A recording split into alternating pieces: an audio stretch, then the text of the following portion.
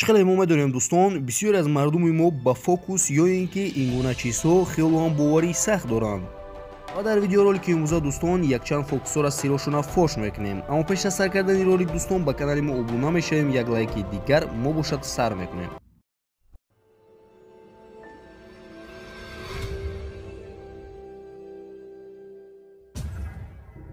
این فوکوس دوستان با دقت تماشا کنید، هر یک آدم میتونه که همین کار را تکرار کنه. خیلی که ما در اینجا دیده ایم دوستان، این فوکوسنیک یک گوگرد رو میگیرد و در درونش کاغذ میاندازد.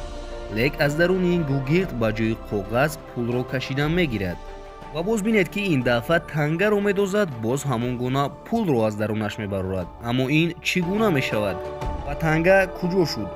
اگر ما خواهیم این گونه فوکوس کنیم، این ناقدر دشوار است. برای این با ما دو کوروبکای گوگرد لازم است. خیلی که ما در اینجا دیدیم، هر دو این کوروبکا ها رو ما با یاری یگان نمود کلی به هم دیگر میچسبونیم. خیلی که ما میدونیم هر دو اینها در یک قوطی گوگرد نمیگنجند و برای همین هم ما لبهای این رو میبریم برای اینکه در قوطی ما گنجد. همه سری فوکوس در همین جا است. بعداً قوطی رو به درون گوگرد میاندازند، در یک طرفش پول رو و دیگر طرفش باشد خالی است و این فوکوسنیک طرف خالیش رو با مردم نشان میدهد و بعداً در دستش میدارد و بعداً این گوگرد رو در دستش میدارد و آهسته‌کک تاب میدهد و با مردم پول رو نشان میدهد. و فوکوس با تنگه رو نیز همین گونه میکند. با گفت شما دوستان، بغیر از پول یا اینکه تنگه در درون این قوطی دیگر چرا گنجانیدن ممکن است؟ فکرای شما اویدین در کامنتاریا. فوکوسنیکی بریتانیایی، این فوکوسنیک قریب همه رو در حیرت مونده است. خیلی که ما در اینجا دیده ایستادیم، این فوکوسنیک به جایگاه خوبش میآید و در اینجا بودلنیک را میماند و وقتی که بودلنیک میزند، از جایگاه خوب این مرد و دختر پیدا میشود. اما خود این فوکوسنیک کجا شد؟ سودیه ها در حیرت ماندند و یاردمچیان این فوکوسنیک به زل آمده فکرهای همه را به خودشان جلب کردند و در این وقت سلیوت زده شد و این فوکوسنیک خودش را نشان داد.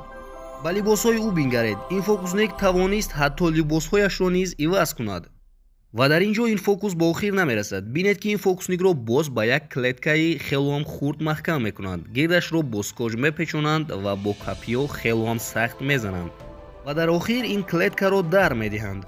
این خودکشی است. در حال پلیس ها را زنگ زنید. نه استید، در اینجا پلیس ها یگان کمک نمیرسونند برای اینکه این کلیدکا خالی است و این فوکوسنیک باز در همان رخت خواب پیدا می شود با لباسهای پیشینه‌اش. اما چگونه؟ و بیایید دوستان با دقت تماشا میکنیم که این فوکوسنیک چگونه این کار رو میکند. با دقت تماشا کنید دوستان، این فوکوسنیک به رخت خواب اومده خواب میکند، لیک باز یک جای دیگر میماند برای یاردمچی خودش و همان وقتی که روی پوشی آنها به جنبیدن میدراید، به جای این مرد دختر میبراید. برای چی این را این آدم ها نمیبینند؟ برای آنکه در همان وقتی که این دختر با مرد جایش رو عوض کرده ایستاده بود، دقت اینها رو مرد با لباسهای مسخره باز به خود میگیرد.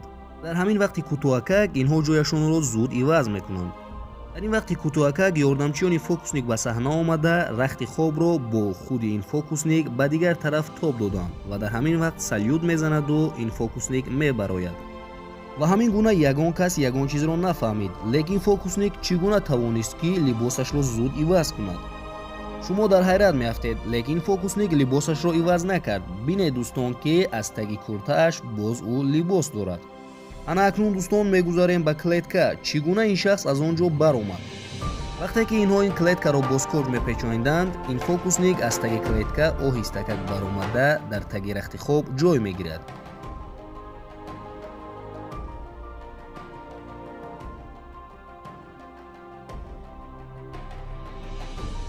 این رو بینید دوستان که این شخص این پول رو میبرد و باز پول رو جمع میکند و از سری نو میکشوید و این پول سالم است. این رو یاد گرفتن میخواهید، پس با دقت تماشا کنید. در وقت این فوکس رو اجرا کردن با ما دو پول کاغذی لازم است. خیلی که در اینجا دیده ایستادیم، یکی از آنها رو ما آهسته‌کک جمع کرده در دستمون این گونه پنهان میکنیم و دیگرش رو باشد آهسته‌کک میبریم، اما نه اونقدر زیاد. و این پول بریده شده رو با مثل آن پولی که در دستمون پنهان کرده بودیم با مثل آن جمع میکنیم و جایهایش رو آهسته‌کک عوض میکنیم و بعداً پول صحت رو میکشویم و همه مردم رو در حیرت میبریم. бо ҳамин видеоролики имрӯза ба анҷом расид. дӯстон, агар ролик ба шумо писанд омада бошад, лайк, подпискаро фаромӯш накунед. боқӣ дар паноҳи Аллоҳ.